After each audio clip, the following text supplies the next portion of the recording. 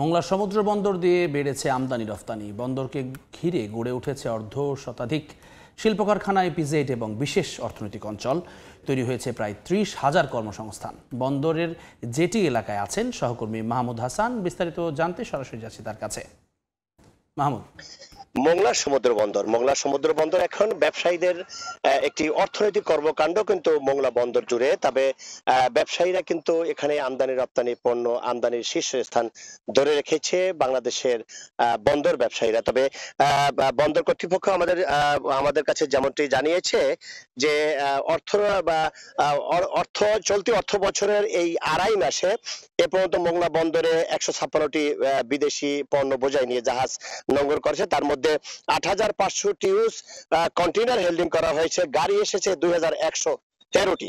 এছাড়া পণ্য আমদানি হয়েছে 16,13,000 মেট্রিক টন। তবে বন্দর কর্তৃপক্ষ আমাদের যেমনটি জানিয়েছে যে মংলা বন্দর এখন কিন্তু আগের তুলনায় অনেকটা শীর্ষস্থান ধরে রেখেছে।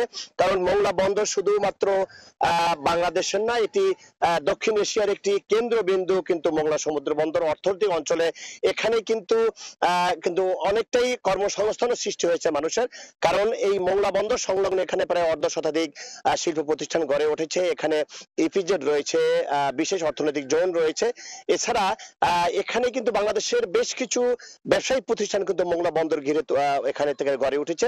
যার কারণে কিন্তু মংলা বন্দর আগের তুলনায় অনেকটাই চাঙ্গা হয়েছে। কারণ বর্তমান সরকারের প্রচেষ্টায়, চীন সরকারের সহায়তায় কিন্তু এখানে বেশ কয়েকটি প্রকল্প গ্রহণ করা হয়েছে। তবে এই প্রকল্পগুলো প্রায় চলমানের পথে। এগুলো যদি শেষ হয়ে যায় তাহলে মংলা বন্দর হবে বিশ্বের আন্তর্জাতিক বাজারে একটি সুনামধন্য এবং পরিবেশ বান্ধব বন্দরে রূপান্তরিত হবে। তবে ব্যবসায়ীরা আমাদের যে কথাটি জানিয়েছে যে মংলা বন্দরকে আরো সচ্ছল করতে হলে এবং মংলা বন্দরকে অন্যান্য বন্দরের তুলনায় যদি মংলা বন্দরকে সেই তুলনায় শীর্ষস্থান ধরে রাখতে হয় তাহলে ব্যবসায়ীদের পর্যাপ্ত পরিমাণ সুযোগ সুবিধা দিতে হবে। এছাড়া পণ্য আমদানি রপ্তানিতে যতগুলো ম্যাটেরিয়ালস প্রয়োজন সেগুলো সম্পূর্ণ করতে হবে। তবে বন্দর কর্তৃপক্ষ আমাদের যেমনটাই জানিয়েছে যে ব্যবসায়ীরা মংলা বন্দর ব্যবহার করার জন্য পর্যাপ্ত সুযোগ সুবিধা দিয়ে আসছে মংলা বন্দর কর্তৃপক্ষ।